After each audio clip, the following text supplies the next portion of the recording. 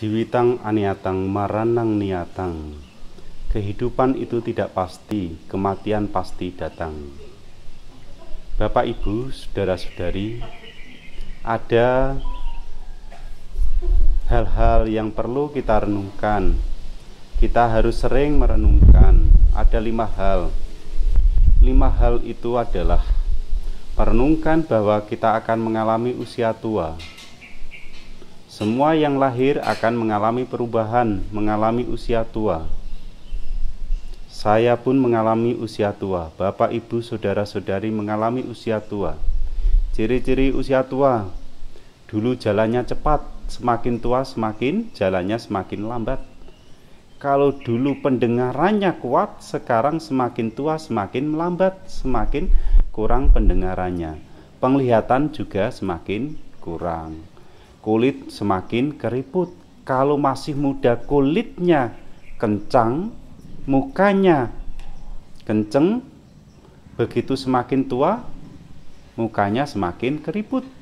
Seringkali dikatakan top tua ompong peot ya. Rambut juga yang dulunya hitam menjadi berwarna 2, hitam dan putih. Lama-lama putih semua. Yang tidak mau terima rambut putih, biasanya rambutnya disemir. Ada yang disemir warna hijau, merah, kuning, biru, dan lain sebagainya. Pendengaran tidak mungkin tidak, pasti berkurang mengalami usia tua. Lah, penderitaan, kalau dulu makan yang keras-keras waktu masih muda, begitu tua giginya mulai kurang, mulai keropos, mulai tidak kuat. Jalan yang dulunya perjalanan, kalau jalan-jalan itu yang dulunya adalah cepat, ya semakin pelan-pelan bawa tongkat. Kalau dulu waktu muda megang gadis, begitu tua digandeng perawat. Waktu muda pakai minyak wangi, begitu tua biasanya pakai minyak urut, minyak angin, ya, minyak GPU, dan lain sebagainya. Ini harus kita renungkan. Kalau kita melihat orang tua yang berjalan tertatih-tatih, yang berjalan pelan-pelan, yang pendengarannya kurang, yang bolak-balik ke kamar mandi, suatu saat juga akan seperti itu. Yang kedua, perenungan yang kedua, kita akan mengalami sakit. Ada sakit yang berat, ada sakit yang ringan. Ada sakit yang gampang diobati, ada sakit atau penyakit yang susah diobati. Ada sakit badan jasmani, ada yang sakit pikirannya, ada sakit mentalnya. Ya, kalau saat ini ada yang batuk-batuk, ada yang pilek, itu sakit badan jasmani. Yang sakit mental apa? Yang baik dikatakan buruk, yang buruk malah dilakukan karena dianggap baik. Itu adalah sakit juga. Ya. Orang sakit bagaimana? Apa saja tidak enak. Tapi anehnya orang-orang kasih makanan enak waktu kita saat sakit. Waktu kita sehat tidak ada yang nganteri makanan yang enak. Nah, kita pasti mengalami sakit. Ada yang masuk angin. Nah, orang pintar minum. Nah, orang pintar minum tolak angin itu orang pintar yang sakit-sakitan. Kalau orang pintar sehat itu tidak usah minum tolak angin. Minumnya apa? Air bening sudah. Orang Indonesia itu aneh. Orang pintar minum tolak angin, masuk angin, saudara. Nah, kita harus tahu, menjaga kesehatan perlu sehat sebelum sakit. Pada saat sakit kita harus berobat, kita harus mengatasi rasa sakit itu. Kita harus mengerti rasa sakit itu, mengobati. Jangan terus, kalau tidak mati ya sakit, obatnya ya sudah ya. Kita tetap kalau sakit harus berobat, harus mengerti, harus paham. Hal itu harus dipahami ya.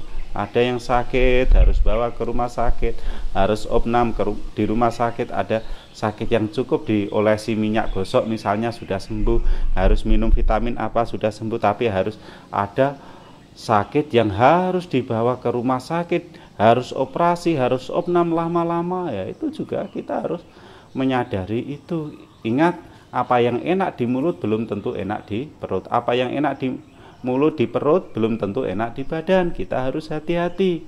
Makan enak terus-terusan bisa kolesterol, asam urat, darah tinggi. Tidak enak terus-terusan bisa kena jantung, saudara-saudari. Ya, kita harus paham ya, sakit itu adalah teman yang paling setia dibandingkan istri, suami, anak, atau keluarga. Coba dengan istri, sebentar kan ya pindah toh ya. Wah, duduk enak, nyaman, di sini nyaman, adem. Lama-lama 1 jam, 2 jam sakit juga. Wah, makan enak. Lama-lama kebanyakan sakit juga, enggak makan juga sakit juga. Wah, itu misalnya mencium aroma yang bagaimana, terus-terusan ya sengsara juga. Kalau tidak sakit hidungnya ya sakit kantongnya. Nah, ini kita harus tahu. Sakit biasanya unsur-unsur pembentuk badan jasmani juga pikiran ini biasanya tidak seimbang. Salah satu tidak seimbang, unsur air tidak seimbang, unsur tanah tidak seimbang, unsur api atau panas tidak seimbang. Ya tentu akan mengakibatkan sakit. Kalau badannya sakit, pikirannya biasanya terpengaruh. Kalau pikirannya sakit, badannya juga terpengaruh menjadi sakit. Yang ketiga, kita harus sering-sering merenungkan bahwa kita akan mengalami kematian. Kematian datang tak diundang. Kalau sudah datang tidak bisa dielakkan lagi ya. Tidak dengan mantra, tidak dengan uang, tidak dengan harta. Kalau kematian sudah datang, kita tidak bisa lari dari kematian itu. Apa ciri-cirinya kematian? Salah satunya tidak adanya kesadaran. Tidak ada respon terhadap apa yang ada di luar. Dikasih makan enak sudah tidak mau, dikasih duit banyak tidak ada respon. Beda dengan orang hidup. Begitu ini ada duit, bagi-bagi duit, bagi-bagi sembako, apalagi saat ini bagi-bagi minyak goreng gratis, wah langsung ramai. Tapi begitu meninggal, ini loh makanan enak, misalnya kesukaannya apa, kalau orang sini misalnya kesukaannya mangut atau kesukaannya gulai, begitu kita hidup mau, begitu meninggal dikasih, tidak akan dimakan. Nah itu. Selain itu apa? Ya tidak ada respon. Ya badan jasmani kalau sudah meninggal mau dibakar, mau dibuang ke laut, mau dikubur tidak menjadi masalah. Tidak menjadi masalah. Kematian tidak adanya kesadaran, tidak adanya ya kerjasama antara unsur api, tanah, air, udara, ya tidak ada. Jadi bagaimana ya, sudah seperti itu, sudah seperti kayu yang lapuk, seperti kayu yang kering, tidak ada respon lagi, tidak bisa tambah panjang atau bagaimana, tidak ada nafasnya. Yang selanjutnya kita juga akan berpisah dengan apa yang kita cintai, apa yang kita senangi. Punya suami akan berpisah dengan suaminya. Punya istri akan berpisah dengan istrinya. Punya anak akan berpisah dengan anaknya. Punya barang bagus, ya akan berpisah dengan barang bagus itu. Punya HP, HP-nya akan berpisah, bisa hilang, bisa rusak, bisa bagaimana. Punya suami, suaminya bisa pergi, istri bisa pergi, anak bisa pergi. Kita pasti akan berpisah dengan apa yang dicintai, apa yang kita senangi. Sesenang apapun, sesuka apapun pasti akan berpisah. Bukan perpisahan yang ditangisi, tetapi mengapa ada pertemuan yang terjadi. Ya kita harus tahu itu, memiliki awal dari akan kehilangan, pertemuan awal dari perpisahan. Jadi harus sadar, harus waspada itu. Punya barang bagus ya siap-siap akan kehilangan. Punya suami ya kehilangan suami. Punya anak ya kehilangan anak. Punya saudara kehilangan saudara. Punya teman kehilangan teman. Itu hukum alam, hukum yang wajar. Kalau tidak mau kehilangan ya jangan punya. Jangan punya suami ya kan tidak akan kehilangan suami. Jangan tidak punya istri tidak akan kehilangan istri. Tidak punya anak tidak akan kehilangan anak. Tidak punya HP tidak akan kehilangan HP. Tidak punya gigi ya tidak akan kehilangan gigi. Kalau ompong sudah ompong kan sudah tidak punya gigi toh. Nah itu. Apapun yang kita miliki, apapun yang kita senangi, apapun yang kita hargai akan berpisah. Cepat atau lambat pasti akan berpisah. Ya, kita harus paham. Yang selanjutnya kita harus merenungkan bahwa kita itu bertanggung jawab terhadap apa yang kita lakukan, bertanggung jawab terhadap apa yang kita kerjakan. Baik yang kita kerjakan, baik pula yang akan kita terima. Buruk yang kita kerjakan, buruk pula yang akan kita terima juga. Nah, setelah melihat, setelah mengerti, setelah merenungkan 5 hal itu, apa yang perlu kita lakukan? Yang perlu kita lakukan adalah berbuat baik sebanyak-banyaknya, lakukan kebajikan sebanyak-banyaknya. Kalau kita sudah berbuat baik, kapanpun kita mengalami usia tua, sakit, meninggal berpisah dengan apa yang dicintai, bertanggung jawab terhadap apa yang dilakukan, kita tidak akan khawatir, tidak gentar, tidak takut, tidak gentar, tidak akan terjadi apapun yang bukan bagian kita. Lah kita harus paham hal ini, kita harus mengerti hal ini, kita harus jelas tentang hal-hal seperti ini. Kalau kita sudah paham, kalau kita sudah jelas, ya kita tidak akan aneh-aneh. Lakukan hal yang baik, hal yang berguna, bermanfaat, kita akan mendatangkan manfaat.